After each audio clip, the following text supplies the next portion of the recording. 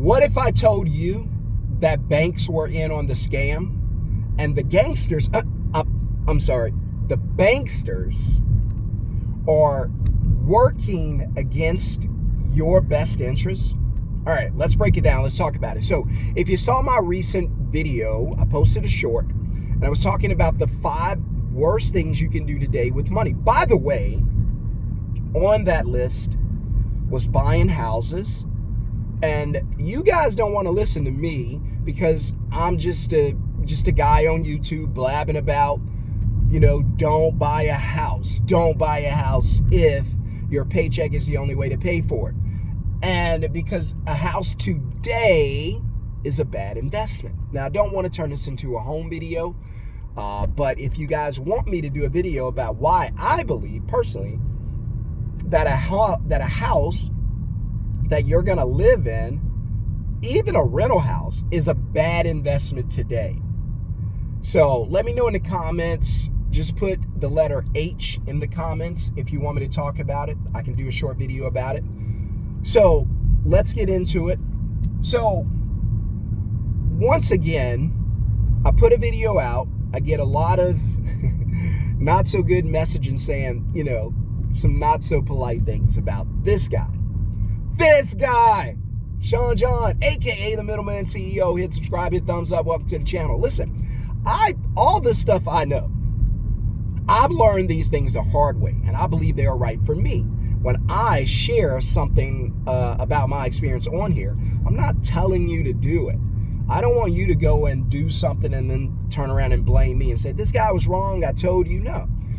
Listen, the things that I say is just things that I've gone through, my past experiences, and I'm just telling you what I believe, what I've learned. And if it applies to you, you're welcome to do the same. You're welcome to use my blueprint, right? And so I believe today, let's talk about 20 years ago, 30 years ago, even 10, maybe. I believe, first of all, I'll say this. I believe that everything about money changed in 2020 with the pandemic. We'll just call it the pandemic.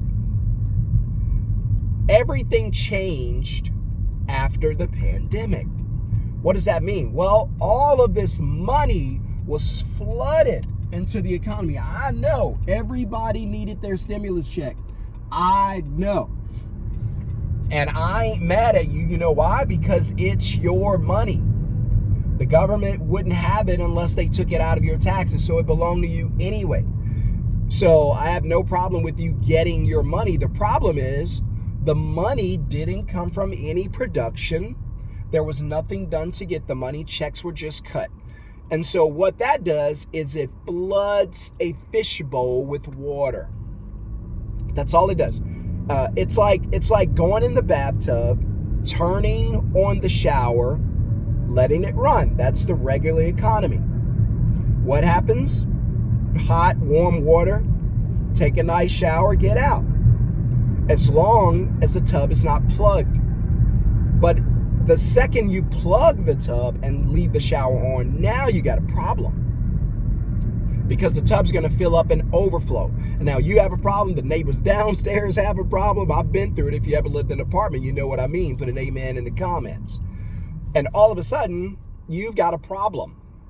And so what happens is in the economy, one of the few things I learned in school, shout out to Struma High School, Baton Rouge, Louisiana.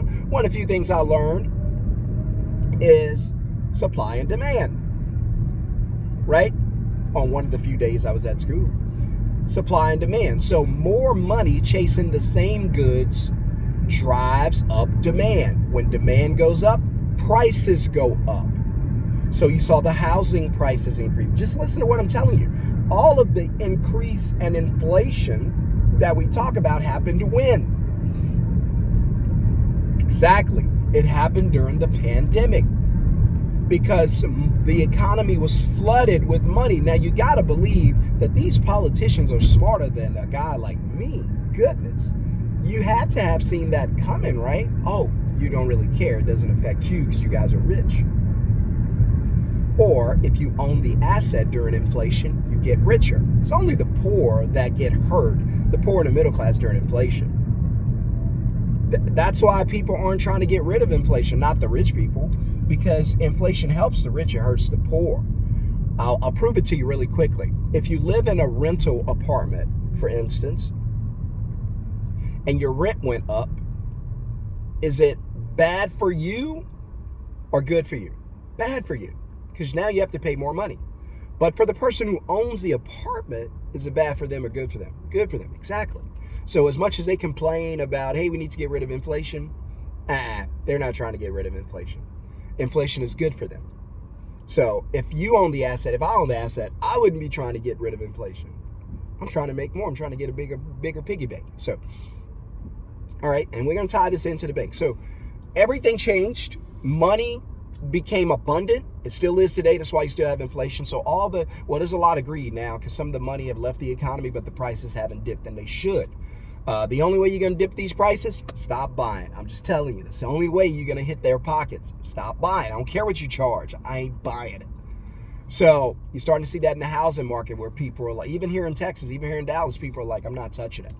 Good for you, America. Stop buying overpriced liabilities. No, it's not an asset. It's a liability. Don't get me into that. So, by the way, let me know in the comments if you agree or disagree with my take. So, and all of my takes are essentially hot takes according to my viewers. And because it hits them with the, wow, what this guy say? Don't buy houses. What this guy say? Don't save money. You kidding me? I've been taught my whole life. Save money, stack money in the bank. There's a rainy day. There's an emergency. There's some hard times coming. I know, but who told you that? The bankers, huh? The bankers told you that. Yeah. That's like asking an insurance salesperson, do you need insurance? Of course.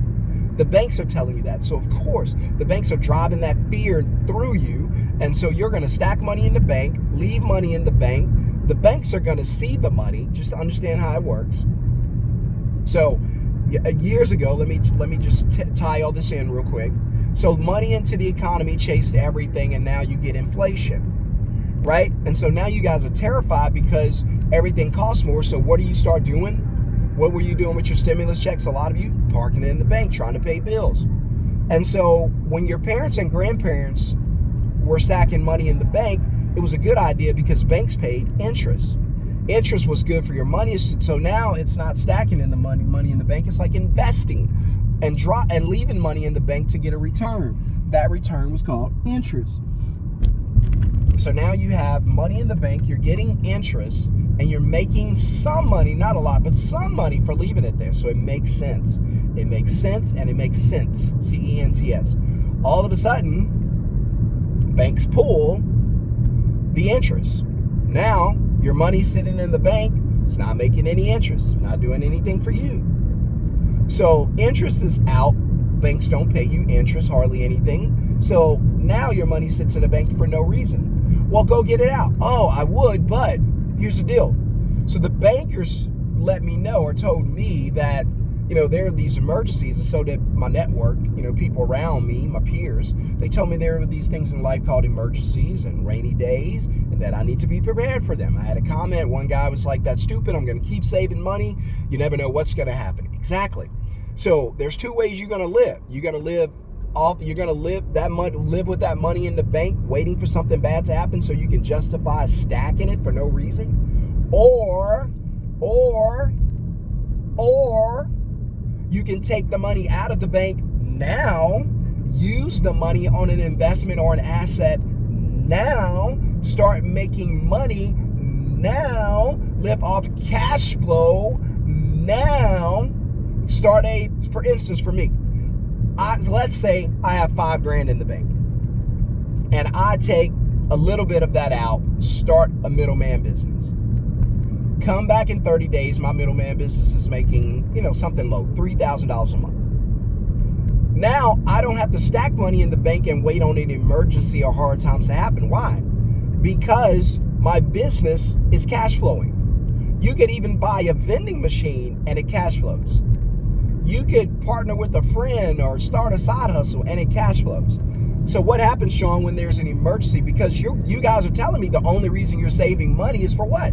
rainy days and emergencies. Well, I'm teaching you a new way to pay for it without having to stack it. Money is better if you use it. Well, you never know. This is a rainy day or an emergency. You never can know. You never can time it. I know. That's why I'm not telling you don't be prepared for a rainy day or an emergency.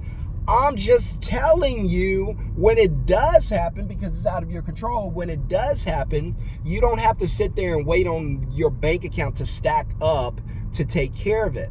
There are other ways to fund an emergency or rainy day. You could borrow money. You can swipe your credit card. You can write a check. You can ask a friend for some cash.